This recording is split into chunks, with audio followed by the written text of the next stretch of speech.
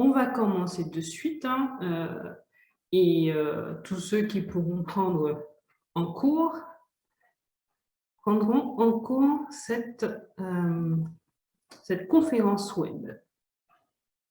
Alors, donc un peu comme la dernière fois, quand je vais faire le partage d'écran pour que vous puissiez voir notre présentation, vous n'aurez pas accès, enfin, j'aurai pas accès à la page de discussion et des questions. Donc en fait, c'est à la suite que je vais en fait vous lire vos questions. Donc soit vous les conservez ou bien vous les mettez au fil du chat et au fur et à mesure, je vais pouvoir lire vos différentes questions. Donc, allons-y, parce que comme on dit, ce sont les retardataires qui ont tort. Donc, je vais passer ça. Donc, ce soir, voici ce que vous allez découvrir dans cette conférence web. On va voir les points indispensables à prendre en compte pour assurer la satisfaction client. On est bien sur une conférence où l'enjeu est de savoir exactement, précisément, qu'est-ce qu'on va mettre en place pour pouvoir satisfaire la clientèle. Et pour cela, on va voir des éléments, différents éléments comme la valeur ajoutée de l'entreprise. Chaque entreprise a une mission, chaque entreprise a une valeur ajoutée et on va essayer de déterminer déjà qu'est-ce que ça veut dire et qu'est-ce qu'on va mettre concrètement derrière cette notion de valeur ajoutée. La segmentation de la clientèle, puisqu'on ne peut pas plaire et satisfaire tout le monde. Notre produit, notre service va pouvoir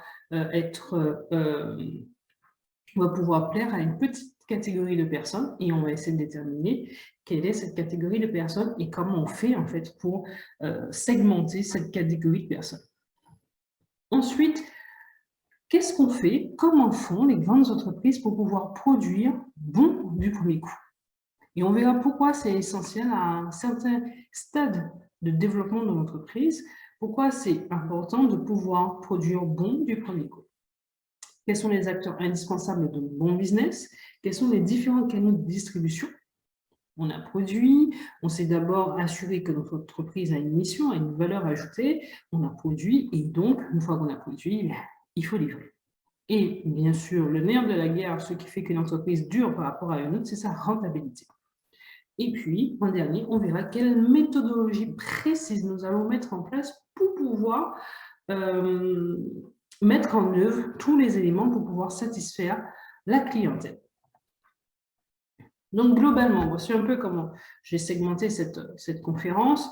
On aura 45 minutes dans lesquelles on va pouvoir identifier les axes stratégiques pour garantir la satisfaction client. Et puis, pendant les 10 prochaines minutes, je vais vous expliquer quel est le nouveau format de formation qu'Acquise a mis en place. C'est totalement innovant, c'est quelque chose qu'on n'a jamais fait, mais je pense honnêtement que c'est un format qui pourra plaire au plus grand nombre. Et puis, les questions, mais jusqu'à ce qu'il n'y ait plus de questions. Donc, débutons. Donc, pour ceux qui me connaissent, obligé un peu de subir, mais pour ceux qui ne me connaissent pas, donc je suis Nina Grubo. Je suis à l'origine de Possibility Group qui comprend Acquise et Attitude Entreprise qui est en fait l'ex-Attitude QHSE. Je suis entre autres consultante, enfin, vous devrez dans la vraie vie, en organisation, en qualité, en santé et sécurité au travail et en environnement. Je suis également formatrice dans les mêmes secteurs d'activité et je suis également auteur de livres. Un premier livre qui s'appelle « Conditionner pour réussir ». Et ce n'est pas forcément un livre, mais c'est plutôt un agenda que moi et mon équipe, nous avons créé, hein, nous avons mis en... À l'origine, cet agenda avait été construit pour nous parce qu'on cherchait une méthode d'organisation en interne. Nous l'avons mis en œuvre, nous l'avons développé et par la suite, nous l'avons commercialisé depuis très peu de temps d'ailleurs. La mission que nous avons au sein de Possibility est bien de Possibility d'attitude d'entreprise et d'acquise et de pouvoir offrir aux entreprises de moins de 20 salariés des stratégies pérennes, mais aussi de réinventer la façon d'acquérir continuellement de nouvelles connaissances. Nous allons débuter notre voyage dans cette conférence web avec la valeur ajoutée. Qu'est-ce qui fait que mon entreprise est unique? Vous avez certainement, je vous ai pris un exemple ici, c'est une rue commerciale dans laquelle on voit, indiqué par les flèches rouges, 2 glaciers. Ce sont 2 glaciers qui, pour autant, qui vendent tous les 2 des glaces, mais le chiffre d'affaires n'est absolument pas le même. La valeur ajoutée d'une entreprise, elle est strictement personnelle. On peut être concurrent, mais la valeur ajoutée n'est pas la même. Je vais vous prendre des exemples beaucoup plus concrets pour que vous puissiez voir au-delà, à travers la définition en une phrase de la mission de chacune des entreprises. Je vous ai pris le premier exemple avec LinkedIn.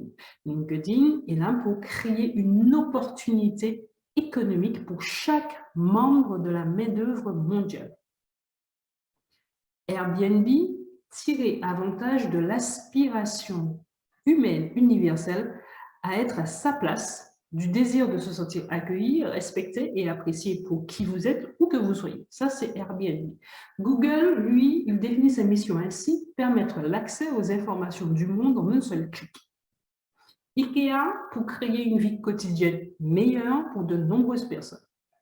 En ce qui concerne JetBlue, pour inspirer l'humanité à la fois dans l'air et au sol.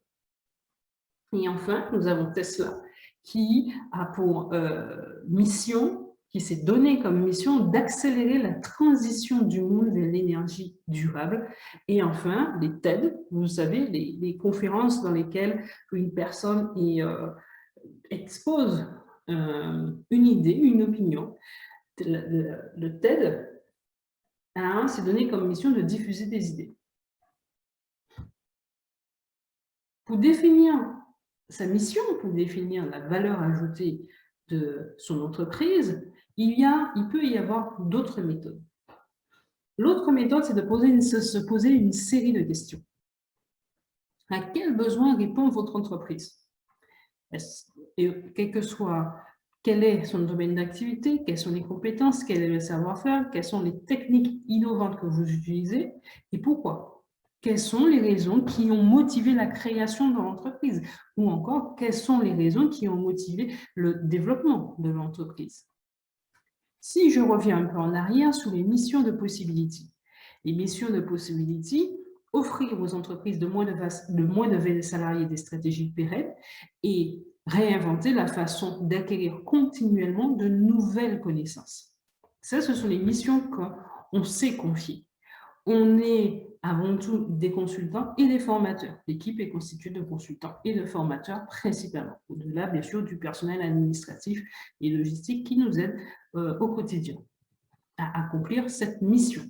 Donc, la première activité que je vais vous demander, même si c'est une conférence, donc je ne vais pas forcément vous laisser le temps là tout de suite de pouvoir le faire, mais lors de la rediffusion de cette conférence, vous ferez, si possible, vous mettrez pause sur cette vidéo, vous prendrez votre support pédagogique pour pouvoir répondre à cette question. Rédigez la mission de votre entreprise en une phrase ou deux, parce que j'ai vu en préparant cette conférence, j'ai aussi retrouvé des entreprises qui ont leur mission en 2 ou 3 phrases.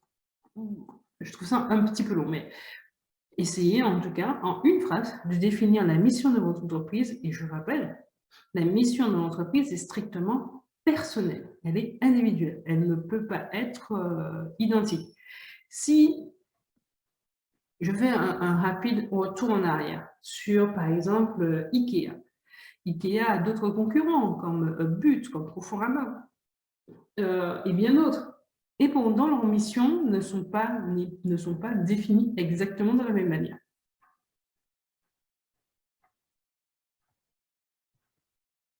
Donc, dès que vous pouvez, posez-vous, faites, si nécessaire, un brainstorming, ça peut être vraiment pas mal, les brainstorming.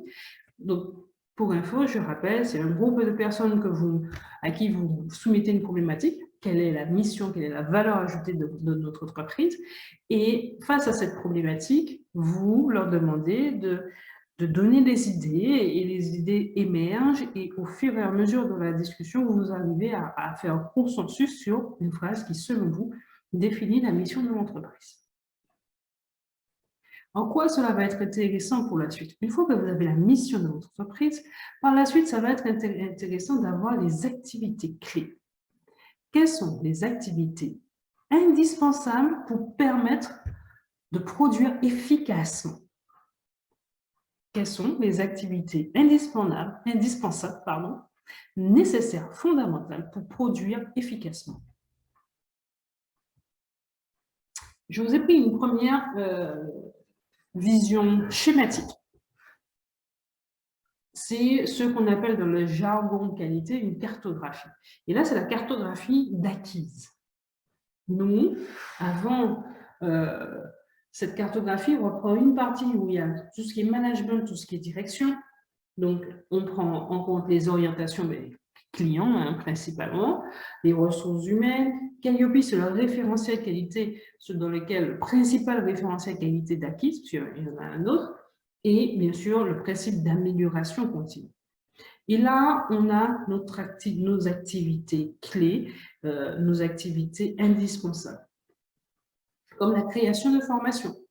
Ensuite, on a l'organisation de la formation, puis vient le suivi de la formation, et enfin la fidélisation. Bien sûr, on n'oublie pas la commercialisation. Et on a ce qu'on appelle les formations catalogues, hein. Ce sont les formations qui existent déjà, qu'on a déjà créées, mais qui ne nous empêchent pas d'en créer de nouvelles à côté. Donc, on a bien les deux, on va dire, les principales activités d'acquise. Et c'est pour ça, vous voyez en fond jaune au-dessous, là, on a une flèche qui va dans les deux sens avec une partie support, parce que même chose, sans cette activité support, ben, on ne peut pas grand-chose, avec le site internet, la plateforme e-learning, et puis toute la logistique, quand ce sont les formations sur place, ou bien lorsque ce sont les conférences web, les directs qu'on fait comme en ce moment. Donc ça, c'est une première représentation schématique, graphique des activités clés. Mais il y a une représentation que tout le monde reconnaît, c'est sous forme d'organigramme. On a la direction, souvent on a les ressources humaines et la comptabilité qui sont toujours un petit peu à part. Vient ensuite cette activité commerciale, puis l'approvisionnement et la production. Il y a plutôt plus approvisionnement, production, commercialisation, peu importe. Même chose, ce que je vais vous demander de faire lors de la rediffusion sur votre support pédagogique, ça va être d'établir la cartographie de votre entreprise. La cartographie ou l'organigramme, ce sur quoi vous êtes le plus à l'aise, mais le plus important va être de pouvoir représenter graphiquement les activités clés, dans un premier temps, toutes les activités de votre entreprise, et ensuite, vous allez pouvoir mettre en surbrillance les activités clés de votre entreprise. Qu'est-ce que cela va être? En quoi cela va être utile? Cela va être utile pour la suite, qui va être de définir les ressources clés. De quelles ressources avez-vous besoin pour produire bien du premier coup? Il faut que vous voyez cela un peu comme les ingrédients d'une recette. Toutes les grandes entreprises qui existent depuis des années et qui ont d'excellentes performances passent par une optimisation de leurs ressources. Je vous ai pris, vous allez retrouver aussi ce tableau sur votre support pédagogique. Je vous ai repris un exemple un tableau qu'on utilise aussi et qui est pertinent pour pouvoir déterminer les ressources dont on a besoin. Sur le côté, sur la première colonne, pardon, vous allez retrouver les services que je vous ai montrés tout à l'heure dans la cartographie. Vous retrouvez les services. Et ensuite, dans chacune des colonnes, vous déterminez ce dont vous avez besoin en termes de matière. Je vous ai mis des exemples dessous, qui peut être la matière, peut être des consommables, ça peut être de la matière première. Au niveau de la main-d'œuvre, ça peut être des ressources humaines, de la qualification ou des compétences. En matière de milieu, ça peut être le lieu de travail, l'aspect du lieu de travail, l'organisation physique que vous avez mis en place. Au niveau des méthodes, ça peut être la procédure, des règles, les différentes règles du métier qui est nécessaire d'appliquer. Et au niveau du matériel, ça peut être les équipements, la machine, les machines ou les logiciels. Je vous ai vraiment pris comme exemple ici la méthode, les qualiticiens connaissent très bien la méthode des 5 M ou encore le diagramme d'Ishikawa, mais sous forme de tableau. Pour chaque service, vous identifiez très clairement les ressources dont vous avez besoin. Si vous êtes plus à l'aise, vous identifiez toutes les ressources dont vous avez besoin. Et ensuite, vous mettez, comme précédemment, en surbrillance les ressources clés qui vont vous être nécessaires pour pouvoir, les ressources clés qui vont vous être nécessaires pour pouvoir appliquer la méthode des 5 M. Parce que justement, l'activité, l'activité que je vais vous demander de faire par la suite, ça va être de définir les ressources clés dont vous avez besoin. Et on arrive aux partenaires clés. Qui sont les personnes qui peuvent avoir une influence, et j'ai précisé, positive ou négative sur l'entreprise? Parce que ce n'est pas uniquement le client.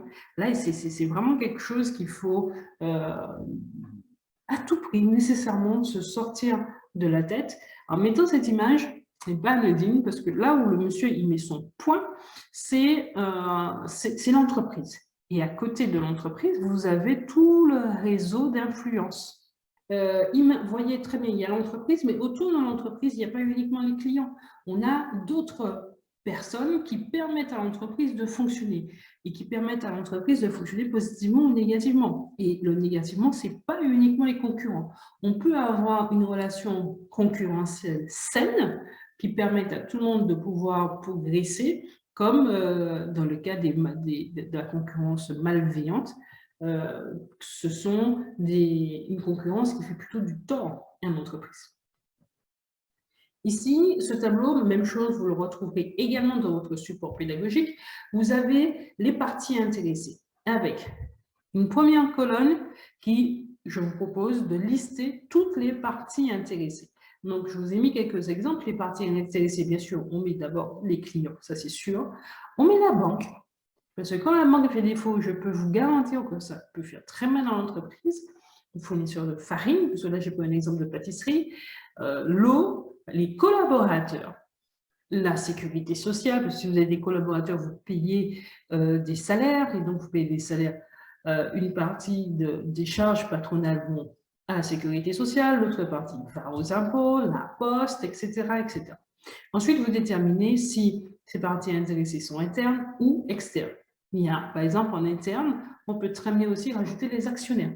Les actionnaires peuvent être des parties intéressées internes. Et tous les autres qui sont listés dans mon exemple vont être des parties intéressées externes. Ensuite vient l'impact. Et là, vous vous posez la question, quelle est la pertinence de mettre une notation pour l'impact? Rappelez-vous, je vais reprendre mon petit schéma ici. Vous avez des ronds qui sont un peu plus gros que d'autres. Pourquoi je vous ai mis cet exemple? Parce que toutes les personnes n'ont pas la même influence sur l'entreprise. Si je reviens sur mon exemple, j'ai mis comme impact 5 pour la clientèle. Quand la clientèle n'est pas satisfaite, quand la clientèle n'est majoritairement pas satisfaite, et même quand elle est très satisfaite, l'impact de la clientèle sur l'entreprise est extrêmement fort. C'est elle qui paye, c'est elle qui achète. Donc, si elle n'est pas satisfaite par votre produit ou par votre service, il y a des conséquences qui, cette fois-ci, sont négatives. Et si elle est satisfaite par vos produits ou par votre service, là, l'impact est positif. On a un développement de l'activité. Par contre, dans mon exemple, si la poste est une partie intéressée, mais si elle fonctionne ou elle ne dysfonctionne pas, dans le cas d'une pâtisserie, l'impact est un peu négligeable. Vous voyez ce que je veux dire? Je vous ai dit tout à l'heure pour la banque que quand la banque elle décide de faire défaut, le conseiller ne répond pas, etc. Je pense qu'il y a beaucoup les chefs d'entreprise parmi nous savent de quoi je parle. Ça fait énormément de tort à l'entreprise. Même chose pour la sécurité sociale.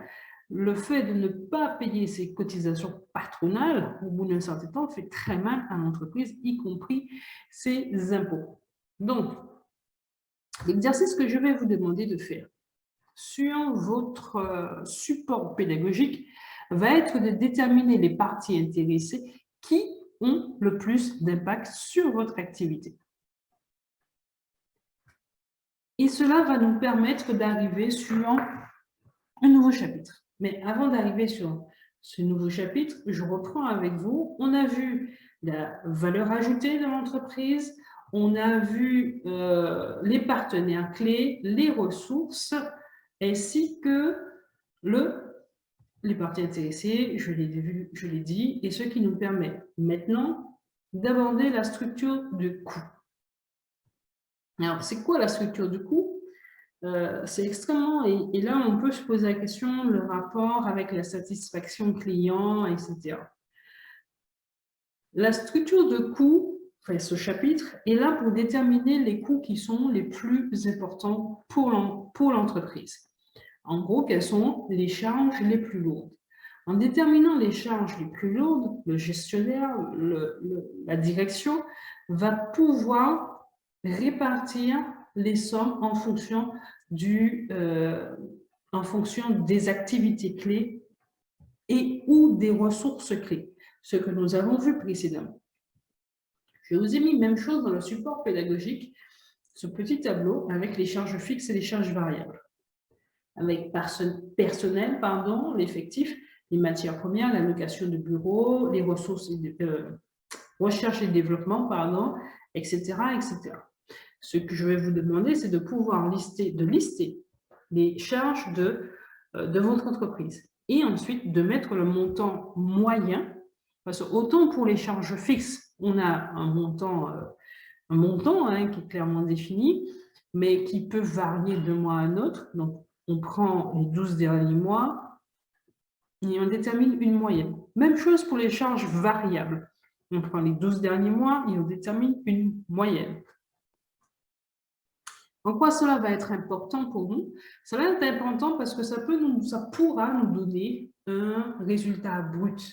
Je vais mettre brut entre guillemets parce que je pense que les comptables, les experts comptables vont se défriser les cheveux. Parce que bien sûr, déterminer le résultat brut, c'est un petit peu plus compliqué. Mais pour le gérant, il est important qu'il sache tous les mois à peu près combien il va dépenser nécessairement tous les mois. Et cette information va être importante pour déterminer le chiffre d'affaires dont il a besoin de réaliser tous les mois avant de se trouver en défaut. Et comment cela va se passer? Enfin, ce que je vais vous demander de faire, également dans votre support pédagogique, va être de déterminer le montant moyen mensuel de vos charges. Là, tout de suite, vous n'avez pas les infos immédiatement, sauf si vous faites partie de ceux qui ont qui maîtrisent parfaitement les chiffres et qui retiennent tous les chiffres. Mais cette information, elle sera extrêmement importante parce que, comme je vous disais précédemment, c'est ce qui va vous permettre de déterminer un objectif moyen de chiffre d'affaires. Je parle bien de chiffre d'affaires. Si votre objectif de chiffre d'affaires est, vous vous rendez compte par la suite, vous avez défini un chiffre d'affaires moyen, et vous vous rendez compte par la suite que votre chiffre d'affaires moyen est égal à votre montant moyen de charge. Et là, vous dites effectivement, j'ai un problème. Parce que vous ne pourrez jamais satisfaire votre clientèle à moyen terme, je ne dis même pas à long terme, mais à moyen terme, parce que vous allez être très, très, très, très rapidement à court de liquidité. Autre élément pour pouvoir satisfaire votre clientèle, ben, ça va être de déterminer votre segment de clientèle. Et pour cela, vous avez besoin de déterminer qui sont vos clients. Donc, qui sont vos clients? Et ce que je vais vous proposer de faire maintenant, dans un premier temps, parce que déterminer la segmentation de clientèle, pour ceux qui ne l'ont pas fait, se fait en 2 étapes. D'abord, on va déterminer ce qu'on appelle l'avatar client. L'avatar client, c'est quelqu'un qui dit globalement, c'est votre client type qui va vous dire ouais, mais je dépense chez toi, mais ça semble pas trop me connaître semble être pour toi une option. Et malheureusement, c'est vrai dans beaucoup de cas. Ceux qui suivent Acquise sur les réseaux sociaux ont dû voir tous les dernières semaines qui viennent de s'écouler. Il y a eu énormément de posts sur le sujet de l'avatar client. Ce que je vous propose de faire maintenant, un petit peu plus tard, hein, parce que le timing est un petit peu juste, vous allez retrouver dans votre support pédagogique le tableau que je vais vous proposer. Donc, c'est un tableau en 2 temps. C'est avec des critères, mais ce sont des critères qui peuvent évoluer.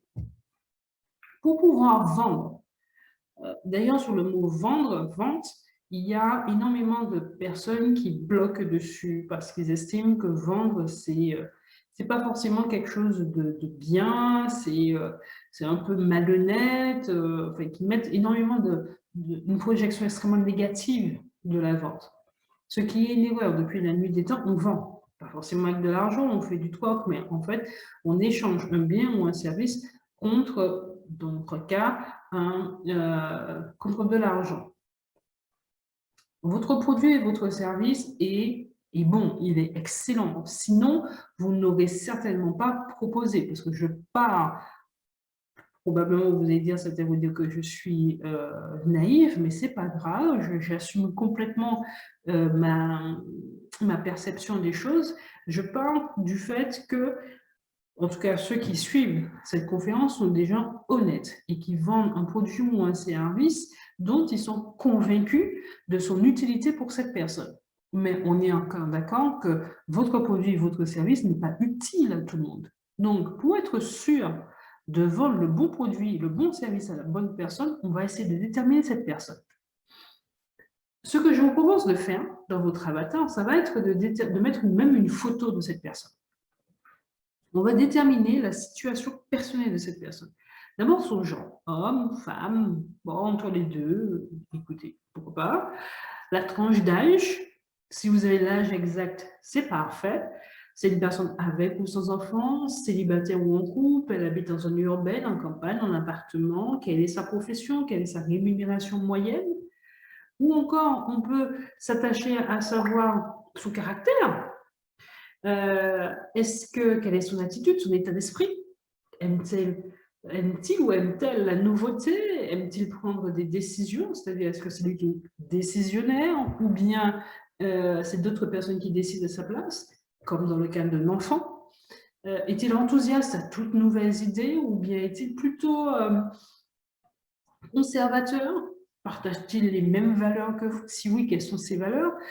Ce sont des exemples de critères que je vous donne dans ce profil type, dans le profil que vous retrouvez aussi dans votre support pédagogique. Ce sera à vous, en fonction de votre produit ou en fonction de votre service, de déterminer les critères qui vont vous permettre de définir le profil type de cette personne. Concrètement, comment on peut faire? Pour les entreprises qui exercent depuis un certain nombre de temps, vous prenez votre base clientèle.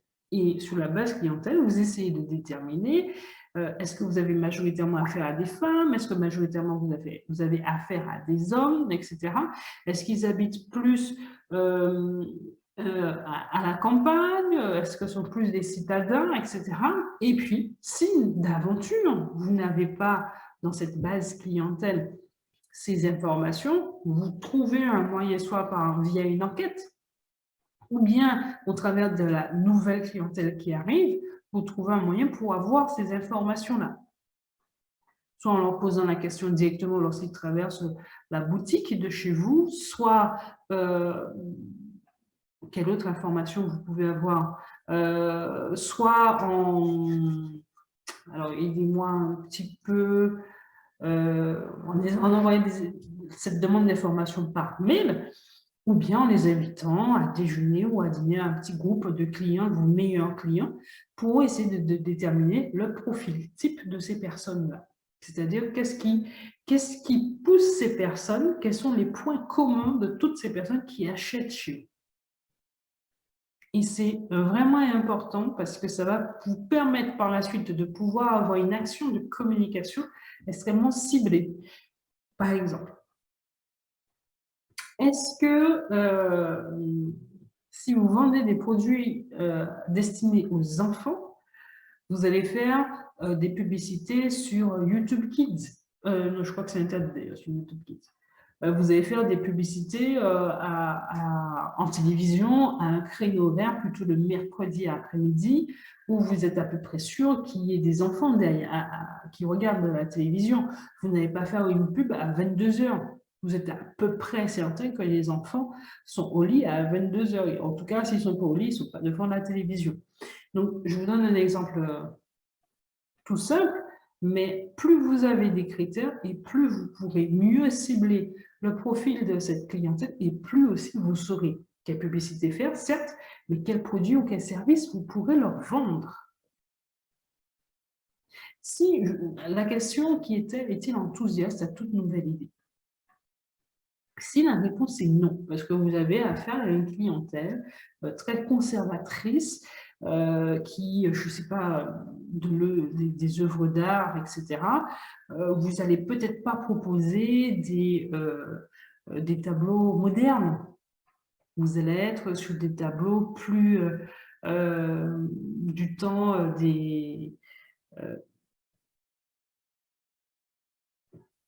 de l'époque romaine, par exemple. Vous avez quelque chose sur un peu plus ancien. Une fois que vous avez, alors vous pouvez avoir non pas un profil type, un avatar, mais vous pouvez en avoir 2 ou 3, suivant le produit ou le service. Pour un même produit, on peut avoir 2 avatars, ça ne pose pas de problématique en cela. Et bien sûr, plus vous avez des produits et des services différents, et plus vos avatars peuvent être nombreux.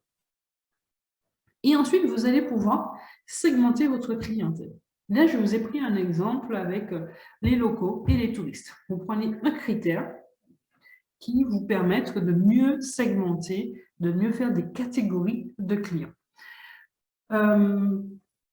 Là, je n'ai pas mis l'exemple, je n'ai pas noté l'exemple sur la diapositive, mais quand j'ai élaboré ce support, j'avais en tête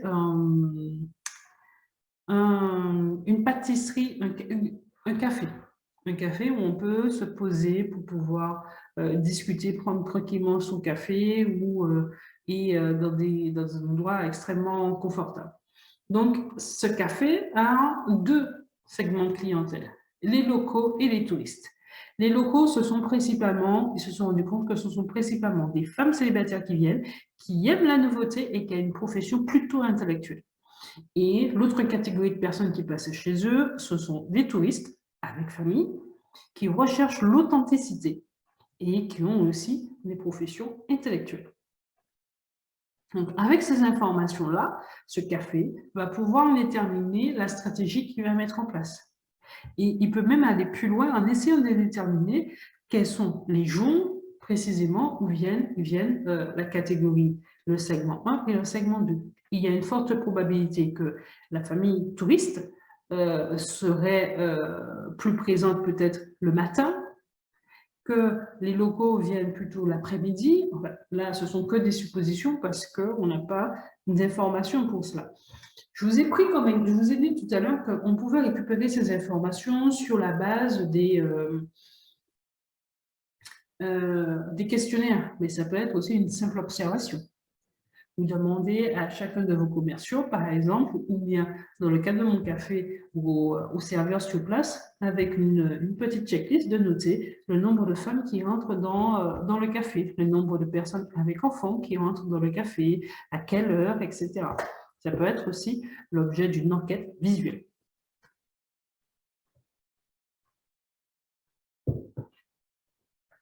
Donc maintenant, c'est à vous de jouer. Quels sont vos segments de clientèle? et vous avez mieux compris pourquoi c'est important de déterminer ces segments de clientèle, parce que c'est ce qui va nous permettre de déterminer le bon produit et à quel moment on le propose. N'hésitez pas à boire, à vous hydrater. Ne restez pas sans vous hydrater. Je bois beaucoup d'eau, désolée.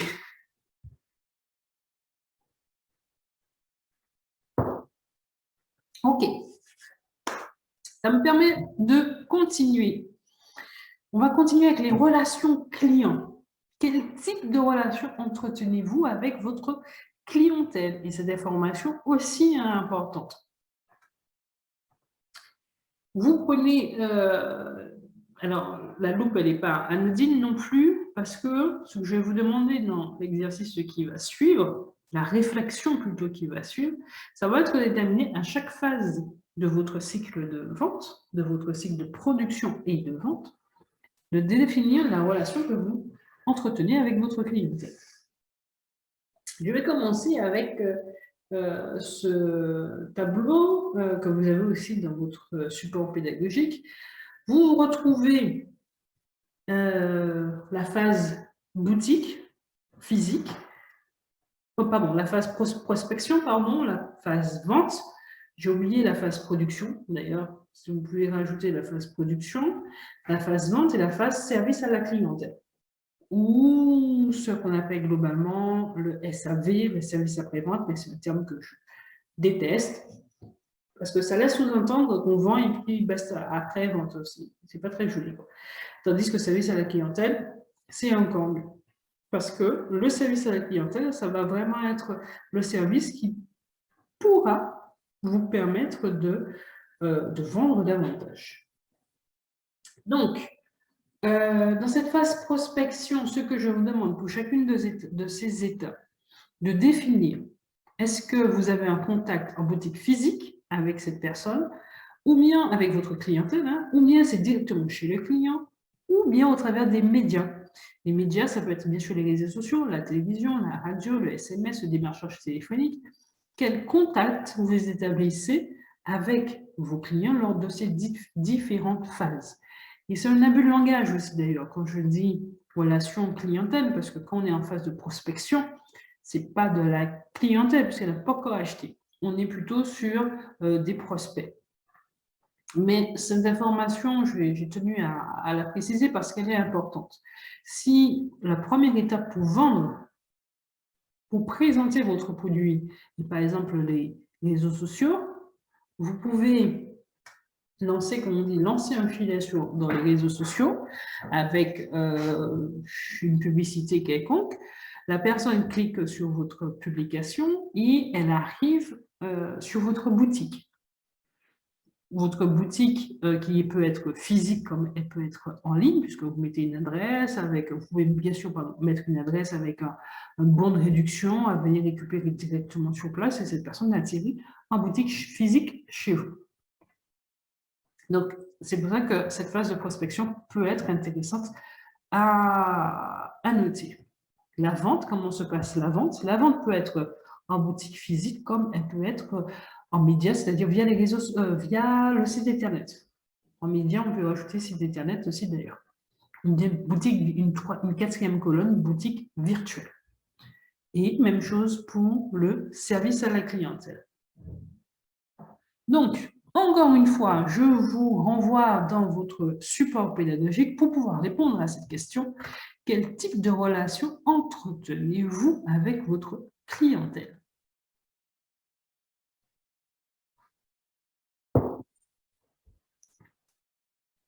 Information, une nouvelle fois, extrêmement importante, parce qu'en sachant la relation que vous entreteniez avec votre clientèle, vous pourrez par la suite mieux communiquer, mieux informer sur, bien sûr, votre produit, l'intérêt de votre produit, la façon dont vous, la plus pertinente d'utiliser votre produit, votre service, etc.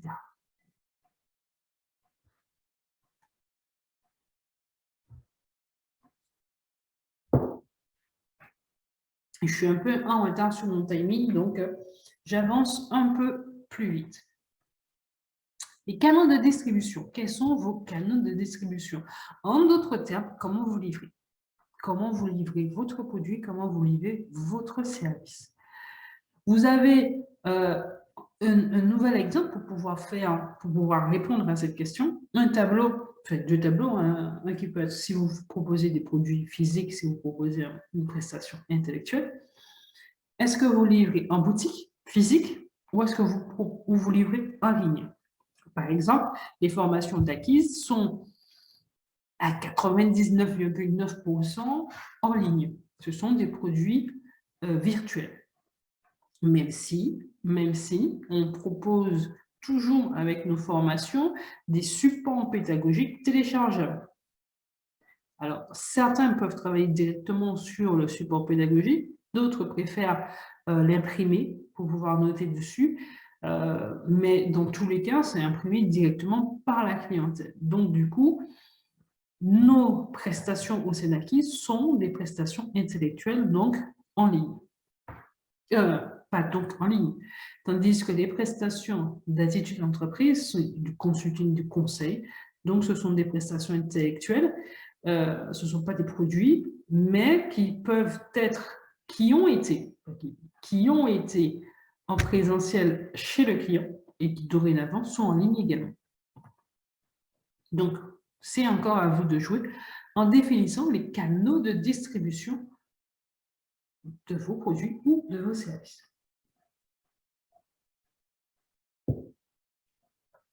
Un autre élément qui va garantir la satisfaction de vos clients, et c'est totalement inattendu, je sais, pour la plupart d'entre vous, ça va être de définir qui paye et à quelle fréquence vous encaissez.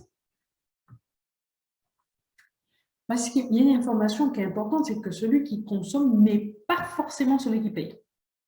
Je vais vous prendre deux exemples concrets. Une fête foraine pour les moins de 18 ans. Bon, dit comme ça, c'est un peu douteux. On va dire moins de 12 ans. Une fête foraine pour les moins de 12 ans. On est d'accord que ce n'est pas eux qui payent, ce sont leurs parents qui payent, mais ce sont eux qui consomment. Un autre exemple, ce sont les formations pour les salariés.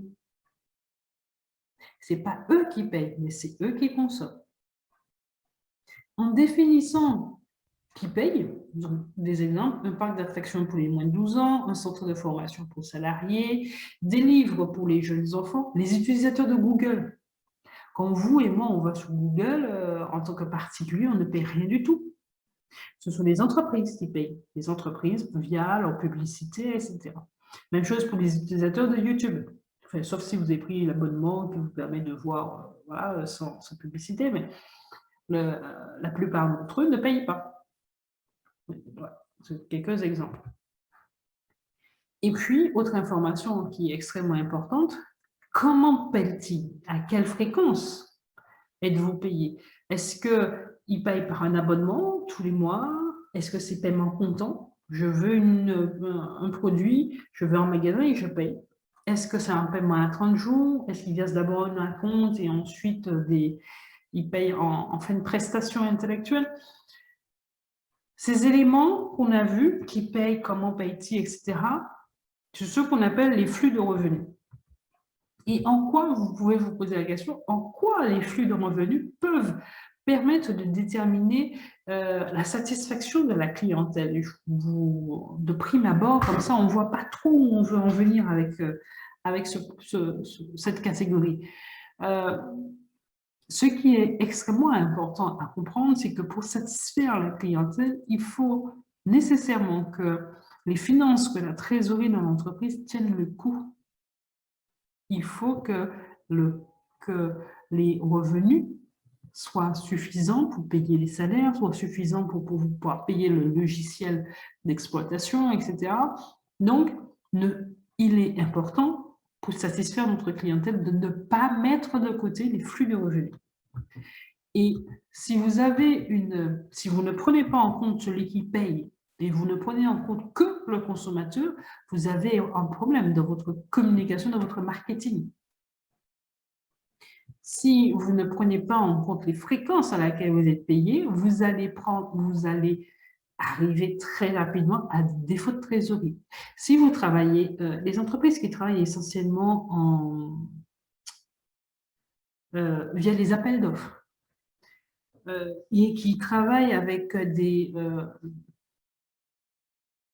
des établissements publics qui font souvent défaut en termes de paiement dans les délais. On se retrouve très rapidement dans une situation extrêmement délicate en termes de trésorerie. Donc, ne faites absolument pas un pas sur la catégorie flux de revenus. Parce que, même chose, je vous ai mis un exemple, une interrogation, une question à faire avec votre équipe. Quels sont les flux de revenus de votre entreprise? Et tout ce qu'on a vu précédemment rentre dans une méthodologie, dans l'exemple de méthodologie que je vais vous présenter, une démonstration qui est extrêmement visuelle, que la plupart d'entre vous peuvent connaître déjà ou ont déjà entendu parler, c'est le fameux canevas stratégique. Et on retrouve tout ce qu'on a vu. Alors, je n'avais pas mis proposition de valeur, mais valeur ajoutée, c'est exactement la même chose. Activité clé, on a vu, ressources clés, on a vu, partenaire clé, donc moi j'ai mis partie intéressée, c'est la même chose, la structure de coût, relation client, canal de distribution, segment de client, et j'avais mis flux de revenus à la place de source de revenus. Donc, pour faire cet exercice, vous pouvez reprendre ce tableau, ce schéma qui est aussi dans votre support pédagogique, faire un brainstorming, vous regroupez dans une salle un certain nombre de personnes de la direction de la comptabilité, de la production également, du marketing, et vous échangez en commençant par un conseil que je vous donne, la proposition de valeur. Quelle est la valeur ajoutée dans l'entreprise? Quelle est la mission de l'entreprise? Et pendant cette activité, vous allez rapidement vous rendre compte que vous allez pouvoir dégager un certain nombre de pistes d'amélioration. Et ces pistes d'amélioration vont être extrêmement importantes parce que c'est comme ça que vous allez pouvoir définir au fur et à mesure de nouvelles opportunités d'amélioration. Et vous allez, pour pouvoir compléter, donc pour ceux qui sont dans le domaine de la qualité, votre tableau de plan d'action. Et même pour ceux qui ne sont pas dans le domaine de la qualité, mais ça va vous permettre de mettre en place un plan de développement de votre entreprise en fonction des idées qui vont émerger. Donc, toutes les questions qu'on a vues précédemment, vous pouvez toutes les reprendre pour pouvoir compléter votre canevas stratégique. Et à l'issue de cet exercice, je peux vous garantir, oui, je peux vous le garantir, que vous allez assurer la satisfaction de votre clientèle. Ce qui a fait défaut jusqu'à maintenant dans ces stratégies de satisfaction de la clientèle a toujours été, à mon avis, que tout ce qui est revenus financiers, structure de coûts, source de revenus, a toujours été mis de côté. On n'a jusqu'à maintenant jamais vraiment pris en compte ces éléments. On a toujours été resté concentré sur le produit, sur la commercialisation, etc., sans prendre en compte les fondamentaux, les fondements même d'une entreprise qui permettent d'assurer la pérennité. Là où je veux en venir, c'est que la satisfaction cliente est intrinsèquement liée à la trésorerie, aux sources de revenus, à la structure du coût de l'entreprise. Alors, j'étais un petit peu longue, j'ai dépassé de 5 minutes ma présentation, mais on reste sur notre timing. Ce qui me permet d'arriver dans la deuxième partie de cette conférence web avec la présentation du nouveau format d'Acquise. Acquise, qui, je vous rappelle, est notre centre de formation au sein de Possibility Group et auquel nous avons défini une mission qui est de réinventer la façon d'acquérir continuellement de nouvelles connaissances. C'est vraiment la mission qu'on s'est définie avec mon équipe et qu'on met tout en œuvre pour cela. Et une des choses que nous avons faites hier, là, mais depuis un petit moment, c'est d'aller sur une certification qualité. Donc, on a la certification VeriSelect formation professionnelle depuis quelques années et on est aussi certifié Calliope, qui est une nouvelle certification qualité. Quel est l'intérêt de, sans côté qu'on est inscrit sur le Datadoc, mais quel est l'intérêt de ces certificats? Ça a été de formaliser notre organisation, de formaliser nos produits pour pouvoir garantir une certaine qualité de nos prestations. Et on est aussi, d'ailleurs, on est aussi parti sur ce qui vous permet, pardon, de garantir de votre côté, en tant que stagiaire et futur stagiaire, que vos formations peuvent être prises en charge par les organismes financiers.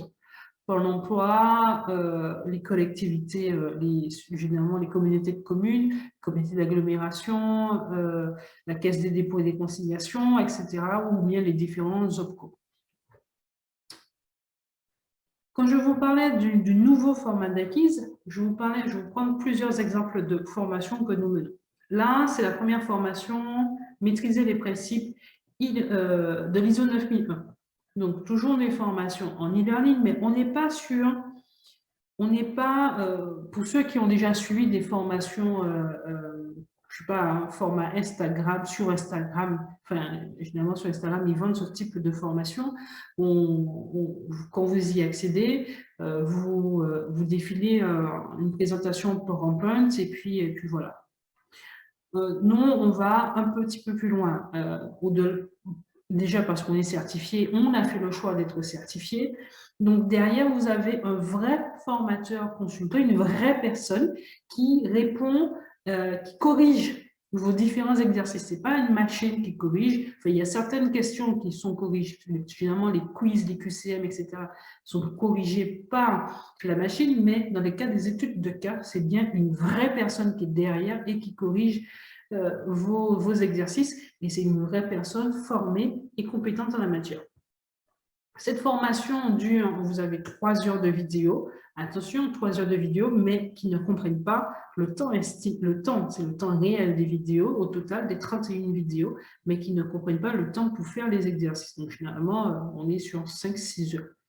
En bonus, vous avez toujours un livret pédagogique, un certain nombre de modèles de documents qu'on vous propose. Vous avez une attestation de formation qui est soumise à condition, c'est-à-dire que cette attestation de formation n'est pas de fait. Il faudrait nécessairement avoir une moyenne de 10 sur 20. C'est une évaluation continue pour avoir cette attestation de formation. Et sur notre plateforme Acquise, vous aurez accès à un groupe privé qui va vous permettre de partager votre expérience avec des stagiaires qui suivent la formation en même temps que vous. Et cette formation, elle vaut 67 € et vous avez accès à la formation pendant 4 semaines. Ensuite, d'autres exemples de formation que nous proposons, ce sont le FQM. Le FQM, c'est maîtriser les exigences de l'EFQM. Il s'agit d'un référentiel sur l'excellence. On a la qualité, on a l'ISO 9001 et au-dessus de l'ISO 9001, on a l'excellence. Donc, encore une fois, on a 5 vidéos différentes, toujours avec les mêmes bonus, mais pour un tarif de 47 € pour 4 semaines d'accès. On a la formation maîtriser les exigences du référentiel Calliope. Il s'agit d'un référentiel qui est destiné au centre de formation, mais justement pour avoir cette fameuse certification Calliope dont nous sommes également certifiés. On a 33 vidéos, toujours des corrections personnalisées et au tarif de 87 €. Nous avons, autre exemple, la formation pilotage efficace d'un système de management de la qualité. Ici, on va vraiment vous donner tous les outils, toutes les astuces pour être sûr que votre pilotage, donc c'est plutôt une formation qui est destinée aux membres de la direction. C'est pour ça qu'elle ne dure que 2 heures et qui compte 10 vidéos, parce que là, on va on va décoder toujours avec notre manière acquise la qualité pour que la direction se rende bien compte que la qualité, c'est pas uniquement des procédures et puis on laisse tout le job pour le responsable qualité et puis derrière, on fait que signer des documents. Donc, cette formation, elle remet les choses à sa place, on va dire, pour que la direction se rende vraiment compte qu'on a besoin derrière d'une vraie stratégie pour pouvoir mettre en place et suivre un système qualité au tarif de 97 €, toujours sur une durée de 4 semaines. Autre exemple de formation que nous avons, c'est piloter la démarche d'amélioration continue. 17 vidéos pour une durée totale de 3 heures. À chaque fois, je précise nombre d'heures de vidéo parce que derrière, il y a les exercices, les QCM, les études de cas qui là, c'est difficile d'estimer le temps que vous allez prendre puisque c'est vraiment extrêmement personnel d'une personne à une autre, au tarif de 87 €. Préparer et animer une revue de direction, là on a 20 vidéos. L'objectif de cette formation, c'est vraiment une revue de direction suivant le référentiel ISO 9001. Je peux peut-être dû préciser, le tarif de 47 €. Là, chaque donnée d'entrée de la revue de direction sont revues. Chaque donnée de sortie est également revue. Vous avez des exemples de rapports, vous avez des exemples d'analyse, d'enquête de satisfaction client, etc. Tout cela pour une durée de 4 semaines au tarif de 47 €. Autre exemple, auditeur interne qualité. Là, il s'agit d'une formation beaucoup plus concrète, au tarif de 107 € pour 26 vidéos, où très concrètement, on voit avec vous quels sont les éléments de préparation de l'auditeur, de quoi il a besoin, comment sont conduites les interviews, comment analyser éventuellement des points de la norme.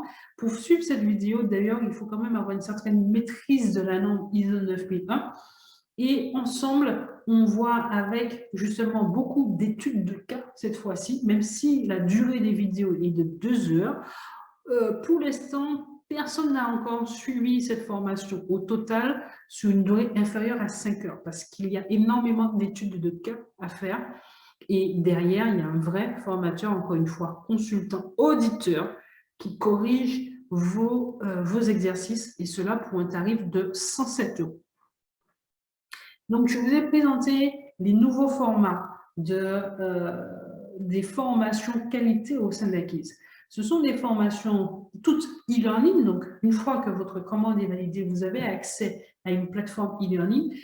Un point aussi qui nous différencie des formations en ligne classiques, c'est que nous, une fois que la commande est validée, on a une intervention humaine. C'est que concrètement, il y a quelqu'un de chez moi qui vient et qui vous inscrit sur la plateforme e-learning et suivant votre profil, puisque par exemple, pour suivre cette formation auditeur interne qualité, il vous faut maîtriser la norme ISO 9001. Et donc, suivant votre profil, mon équipe sera amenée à vous poser un certain nombre de questions pour être sûr que vous maîtrisiez parfaitement la norme ISO 9001. Et si ce n'est pas le cas, le test qui va vous être mené va vous permettre de vous assurer que vous avez tout de suite les compétences ou pas. Et si vous n'avez pas les compétences, avec votre accord, on vous rembourse pour que vous puissiez suivre une autre formation ou bien on vous décale sur une autre formation complémentaire avant de suivre cette formation, par exemple, d'auditeur interne qualité. C'est ce qui nous différencie énormément des formations en ligne classiques, standards. Et on a voulu aller encore plus loin dans le nouveau format des formations. On est allé sur des formations avec 2 formules. Une formule comptant, ce que je vous ai montré tout à l'heure. Il y a une formation qui vous intéresse, vous validez votre commande. Derrière, mon équipe vous donne l'accès à notre plateforme pour une durée qui est limitée. La plupart du temps, elle est de 4 semaines. 4 semaines pour suivre une formation de 2 heures, de 3 heures, de 4 heures, de 5 heures, etc.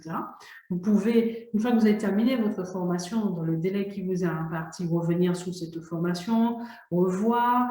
toutes nos formations sont toujours accompagnées de supports pédagogiques et vous voyez même lors des conférences web,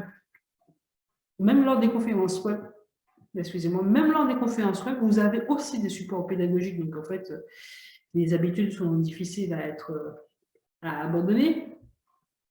Toutes ces formations, vous avez un vrai formateur derrière qui vous apporte les corrections au-delà, bien sûr, des QCM. Là, c'est la machine qui corrige. Et vous avez cette fameuse attestation de formation et pas des attestations de présence, ce qui est extrêmement différent. L'attestation de formation, c'est sous réserve que vous avez une note comprise, une note supérieure à 10 sur 20 pour pouvoir l'atteindre, pour pouvoir obtenir cette attestation de formation.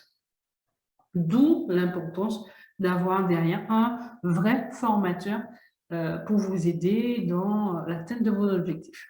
Et la deuxième formule, et c'est ça l'innovation chez nous, c'est la formule abonnement. Dans cette formule abonnement, vous avez accès à l'ensemble de la plateforme dans la rubrique concernée, donc dans la rubrique qualité, c'est ce qu'il en est question aussi. Vous avez accès à notre plateforme de formation pendant 12 mois, puisque ce sont des abonnements de 12 mois. Vous avez accès à toutes les formations de la section qualité pendant la durée de la formation, mais pas que. Vous avez aussi accès à toutes les mises à jour des formations. Nos formations sont mises à jour en fonction, si vous avez déjà suivi une formation chez nous, ou j'espère que bientôt vous allez pouvoir en suivre une chez nous, vous saurez qu'à l'issue de chacune des formations, vous êtes soumis on vous propose de bien vouloir nous répondre à une enquête de satisfaction. Dans cette enquête de satisfaction, on voit quels sont les points qu'il faut améliorer ou pas, mais pas que. On est allé encore plus loin. Dans chaque module de nos formations, dans chaque point, chaque vidéo qui est vue, etc., vous avez tout de suite au-dessous la possibilité de nous mettre un smiley, content, pas content, et même un commentaire à côté. Et c'est vraiment à partir de là qu'on améliore nos formations. Nos formations sont mises à jour au moins une fois par an. Et donc, toutes ces mises à jour, vous y avez accès. Mais aussi, d'ailleurs, vous avez aussi accès au bonus des formations mises à jour. Vous avez aussi accès à toutes les nouvelles formations de la section. On ne vous demandera pas de payer en plus, vous aurez toujours accès à toutes les nouvelles formations de la section, d'où aussi d'ailleurs l'importance de compléter nos enquêtes de satisfaction, puisque vous avez toujours une question à la fin qui est de savoir comment on peut améliorer nos prestations. Et donc, c'est bien dans cette rubrique qu'il serait intéressant de nous mettre que vous souhaitez une formation dans tel domaine, par exemple, une qualité. Notre dernière formation de l'année, ça va être sur les bilans annuels pour les centres de formation. Ensuite, vous aurez toujours des corrections personnalisées, ça ne change pas. Et pour toutes les formations que vous allez suivre, ce qui ne va pas changer, ça va être les attestations de formation. Cet abonnement est au prix normal de 79 € par mois, ce qui fait un tarif annuel, puisque c'est facturé annuellement, à 948 €. Mais comme il s'agit d'une offre de lancement, quelque chose qu'on a lancé depuis peu, on vous le propose à 27 € par mois, soit 324 €. Et même si c'est facturé annuellement, vous avez la possibilité de payer jusqu'à 4 fois sans frais. Ce qui revient 324 € à 27 € par mois pour un certain nombre de formations. Donc, je vous invite à accéder à notre site internet acquise-formation.com. Vous allez dans la rubrique qualité, hein, dans prestations de formation à distance, rubrique qualité, parce que pour l'instant, cette offre est uniquement accessible pour la rubrique qualité. Vous avez la vignette abonnement et vous pourrez avoir plus d'informations sur notre abonnement. Nous avons créé une page qui est bien détaillée, en tout cas je pense, et donc vous pourrez avoir plus d'informations sur cette offre d'abonnement. Et ce tarif de 27 € par mois sera disponible jusqu'à la fin de l'année 2021, c'est-à-dire dans moins de 40 jours à peu près. Donc, Je vous invite vraiment, vraiment à y aller. C'est une offre qui, je pense, pourra permettre à beaucoup de personnes d'avoir cette possibilité de suivre des formations de qualité, sur la qualité, sans jeu de mots, à un tarif extrêmement abordable. Quel est l'intérêt de passer sous une formule abonnement que de payer en comptant? Mais très clairement, c'est le prix. C'est avant tout une offre économique. Et ensuite, voyez-le comme un système de veille parce que nos formations, on les met à jour, certes, en fonction des évolutions, mais on est obligé de les mettre à jour en fonction des évolutions réglementaires et légales. Donc là, dans nos prochaines vidéos, dans notre prochaine conférence web, dans nos prochains directs, on va vous informer des lancements de ces formules pour les autres rubriques. Mais pour l'instant, cette formule abonnement, elle est accessible uniquement elle est uniquement accessible que pour la rubrique qualité. Vous avez toujours notre adresse mail contact@possibility-y-group.com. Allez sur notre site internet acquise-formation. Il y a aussi la rubrique contact sur laquelle vous pouvez nous joindre directement. Vous avez aussi notre adresse, contact téléphonique, le 05 96 597 963, sur laquelle vous pouvez également nous joindre. Et puis, bien sûr, restez abonnés à nos réseaux sociaux pour être au courant de nos dernières actualités, parce qu'il y a toujours des innovations chez nous, parce que la grande partie de notre segment de clientèle adore la nouveauté. Donc, se mettre à jour est une nécessité pour nous, sans compter qu'en plus, on aime ça. Donc, ça aide un peu. En tout cas, merci énormément de votre participation. Pour ceux qui regardent cette vidéo en replay, merci d'avoir suivi cette conférence web en replay. Et je vous dis à très vite, à très bientôt sur un nouveau direct. À bientôt. Au revoir.